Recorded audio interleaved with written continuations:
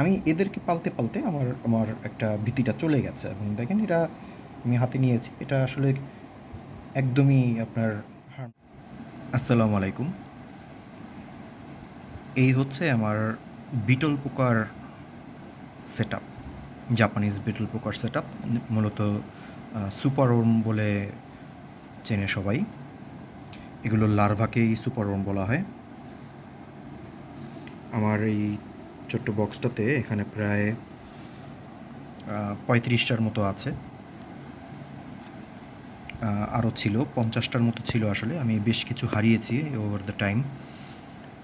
আমি এদেরকে প্রায় ৩ মাসের মতো পালন করছি। বিটল পোকার একটা সমস্যা হচ্ছে এরা উল্টে গেলে আর সোজা হতে পারে না। এরা উঠতে পারে না এবং এই বেয়ে উঠতে পারবে না। এই প্লাস্টিকের এই বক্সটাতে বেয়ে উঠতে পারবে না। এরা যেখানে রেখে দিয়েছি এই সেটআপে এভাবেই থাকবে এবং কি যদি উল্টে যায় সেটাই সবচেয়ে বড় মানে প্রবলেম। এটা যদি কোনো কারণে উল্টে যায়, ধরেন এখান থেকে কাগজটা থেকে নামতে গিয়ে উল্টে গেল বা যে কোনো কারণে উল্টে গেল, তো ওটা ওইখানেই ঘন্টা ৫-৬ মধ্যে মারা যাবে যদি ওকে তুলে দেওয়া না হয়, ঠিক করে দেওয়া না হয়। এটা হচ্ছে বিটল পোকার সমস্যা। এমনিতে এরা খুব ঘন ঘন ডিম দেয় এবং প্রচুর প্রচুর ডিম দেয়। এবং আমি একটু পরে লার্ভাগুলোকে দেখাবো, সুপারওয়ার্ম যেগুলোকে। আমি এখন এগুলোকে খেতে দিব। আমি মূলত সপ্তাহে একবার এদেরকে খেতে দিই। এখনও যা খেতে কিছু রিমেইনিং এদের আছে, আমি পেঁপে দিই মূলত। কিছু রিমেইনিং আছে, তারপরও আমি কিছুটা অ্যাড করে দিচ্ছি। এগুলোকে ওরা এক সপ্তাহে খেয়ে শেষ করবে। আমি মূলত পেঁপে খেতে দিই। এখানে আমি কিছু পেঁপে নিয়ে এসেছি,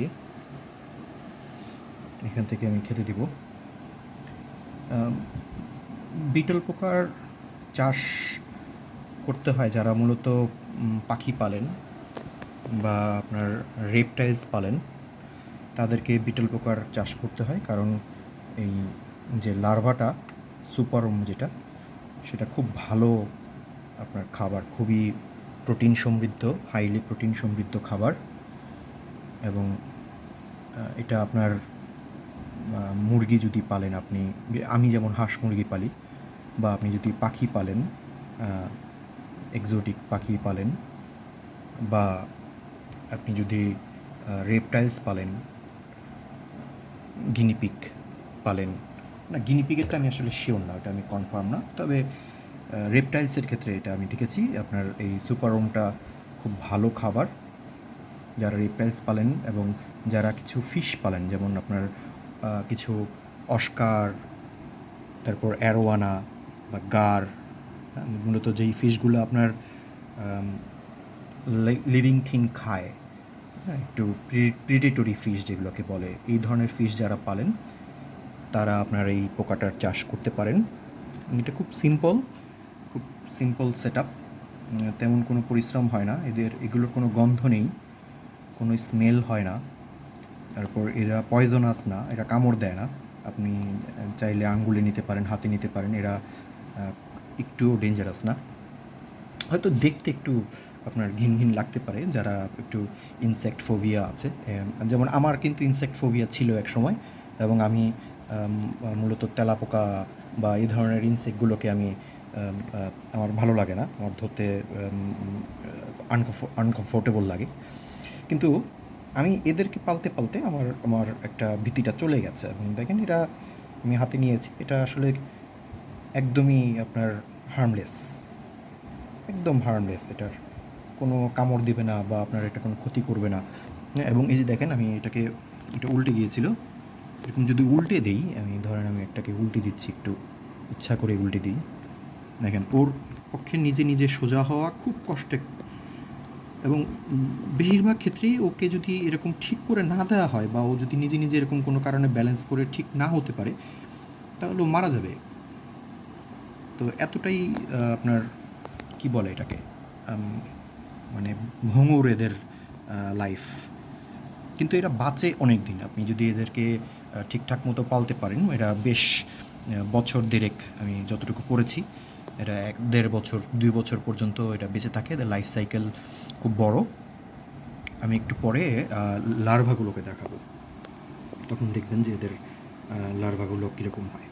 আমি এদেরকে খেতে দিলাম আপাতত। এরা এই যে কয়টা দিয়েছি ওরা 1 সপ্তাহ ধরে খাবে। 1 সপ্তাহের জন্য ওদের এনাফ খাবার দেওয়া হয়েছে।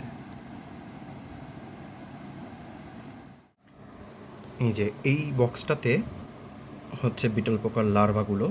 এগুলো এখানে আমি মূলত এগ কালেকশন করি, সেখান থেকে এগগুলোকে সহ আমি এখানে দিয়ে দিই এবং এখানে এরা গ্রো করে। খুব ছোট থাকে, আমি ছোটোগুলোকে দেখাতে পারবো না কারণ ওগুলো ক্যামেরায় আসবে না, কিন্তু এটা হচ্ছে একটা মোটামুটি বেশ বড় সাইজের একটা সুপার ওর্ম। এটাও কিন্তু কোনো কামড় দেয় না বা কিছু করে না, এটা জাস্ট ও একটু বাইতে পারে, কিন্তু তারপরেও ওকে যদি আমি এই এই এই প্লাস্টিকের যে বক্সটা সেটা ও বাইতে পারবে না।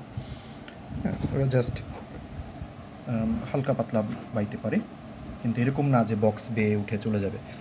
এবং এই হচ্ছে আমার এই বিটল পোকার লার্ভা। এগুলো একদম ফুল সাইজ। চাইলে আমি এখান থেকে অ্যাডাল্ট বিটল পোকার জন্য ইউজ করতে পারবো, মাদার বিটল করার জন্য চেষ্টা করতে পারবো। এবং এর কোনো স্মেল নেই, এটা কোনো গন্ধ নেই, হ্যাঁ, এবং এরা নোংরা নয়। আপনি দেখতে হয়তো খারাপ লাগতে পারে, কিন্তু এরা কিন্তু নোংরা নয়, হ্যাঁ। এবং এখানে যেই যা একটু নোংরা আছে সেটা হচ্ছে এই আমি যে খেতে দিয়েছি সেই পেঁপের আপনার টুকরা, এগুলো কিছুটা আপনার দেখা যায় যে মাঝে মাঝে ফাঙ্গাস পড়ে, আপনাকে এটা ক্লিন করে দিতে হবে, কারণ এটা তো আপনার একটা ভেজিটেবল। হ্যাঁ, এই ভেজিটেবল পার্টটাতে আপনার সহজেই ফাঙ্গাস ধরে যেতে পারে। আমি সাধারণত 1 সপ্তাহের খাবার দিই, অর্থাৎ সপ্তাহে 1 বার খাবার দিই, এবং 1 সপ্তাহের খাবার একবার দেওয়ার পর আমি এগুলো জাস্ট অবজার্ভ করি, আর কিছুই করতে হয় না এদেরকে, খাবার সপ্তাহে 1 বার দিলেই হয়। একটা জিনিস খেয়াল করবেন, আমি এই যে এখানেও কিছু কাগজ দেওয়া আছে এবং এখানেও কিছু কাগজ দেখতে পাচ্ছেন। এটা হচ্ছে মূলত কাগজগুলো দেওয়া হয় এই বিটল পোকার ডিম দেওয়ার জন্য। ওরা এই কাগজের ভাঁজে ভাঁজে আপনার ডিমগুলো দেয়, ডিম লে করে, এগ লে করে। এবং আমার কাজ হচ্ছে এই সপ্তাহে বা 10 দিন পর পর এই কাগজের এই বান্ডিলটা এখান থেকে তুলে এখানে দিয়ে দেওয়া। আমি রাবার ব্যান্ড দিয়ে এখানে আটকে রেখেছি এবং এখানে জাস্ট আমি রাবার ব্যান্ড খুলে কাগজগুলো এখানে শিফট করে দিয়েছি।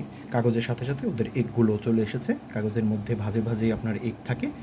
আমি এখানে এগ দেখাতে পারবো না কারণ সম্ভবত আজকে এগ নেই, আজকে এগ ট্রান্সফার করার দিন না।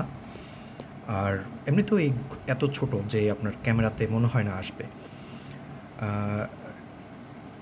এই হচ্ছে জাস্ট বিটল পোকার চাষ প্রণালী, অর্থাৎ আপনি বিটল পোকা মাদারগুলোকে একটা জায়গায় রাখবেন, এদেরকে সপ্তাহে 1 দিন খেতে দিবেন, আর হচ্ছে যে 10 দিন পর পর 8-10 দিন পর পর আপনি এই এগের জন্য যে আপনার কাগজের কার্ডবোর্ডের যে একটা সেট আপ দিয়েছেন সেইটা জাস্ট তুলে আপনি এখানে ট্রান্সফার করে দেবেন আরেকটা জায়গায়। এখানে ট্রান্সফার করার কারণ হলো এরা কিন্তু নিজেরা নিজেদেরকে খেয়ে ফেলতে পারে, অর্থাৎ নিজেদের লার্ভা এরা নিজেরা খেয়ে ফেলতে পারে। তো এখানে যদি আমার লার্ভা থাকে, আছে এখানেও লার্ভা, কিন্তু যে নেই তা না, এখানে হয়তো আপনার খুঁজলে 2-1টা পাওয়া যাবে, কারণ ওরা লুকিয়ে লুকিয়ে থাকে। আমি যে এদেরকে যে বেডিং ম্যাটেরিয়ালটা ইউজ করেছি এটা মূলত গমের ভুসি, তো এই বেডিং ম্যাটেরিয়ালের মধ্যে ওরা লুকিয়ে লুকিয়ে থাকতে পারে।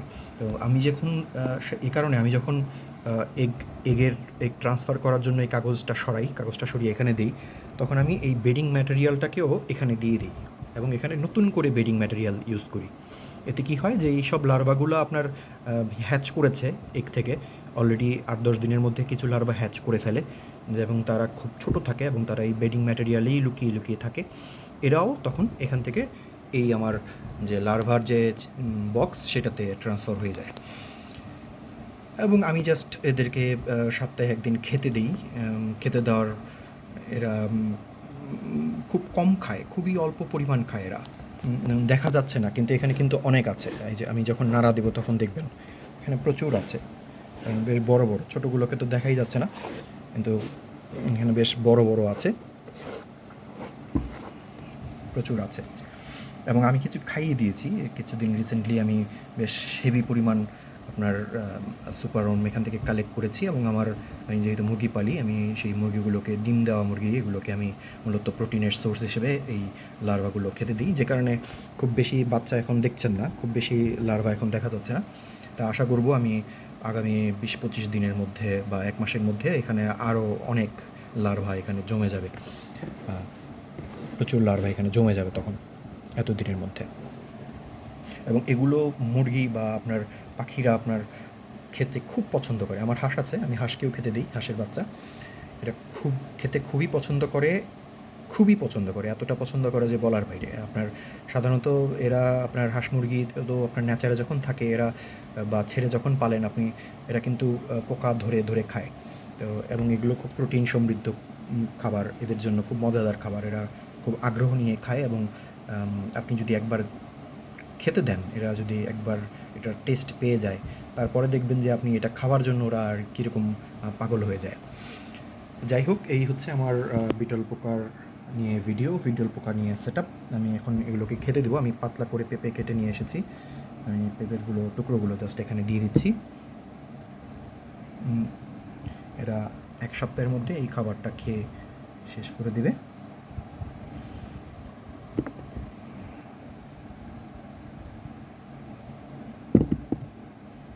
আমি একটু খাবার বেশি এনে ফেলেছি, আমার এত খাবার না দিলেও হবে। আমি খাবার কাটার সময় আইডিয়া করতে পারিনি, আমি মনে করেছিলাম আমার বেশি লাগবে, কিন্তু আসলে এত পরিমাণ প্রয়োজন নেই। এখানে অনেক পরিমাণ দিয়ে দিয়েছি আমি, এত পরিমাণ আসলে দরকার নেই। তাও আমি যা দিয়েছি আশা করা যাচ্ছে এখানে প্রায় 1.5 সপ্তাহ চলে যাবে ওদের এই খাবার খেতে। আমি একটু শুধু খেয়াল রাখবো যাতে আপনার জিনিসটা পচে না যায়, এই খাবারটা যেন এখানে ফাঙ্গাস পড়ে পচে না যায়। কারণ হচ্ছে যে এই পোকাগুলো আপনার পানি সহ্য করতে পারে না, ময়লা সহ্য করতে পারে না, এরা ময়লায় থাকতে পছন্দ করে না, ময়লায় এরা মরে যাবে। আমার জাস্ট ওইটা খেয়াল রাখতে হবে যাতে পেঁপেগুলো ড্রাই হয়ে যাক, কিন্তু এরা যেন আপনার পচে না যায়। পচে গেলে তাহলে এটা সমস্যা।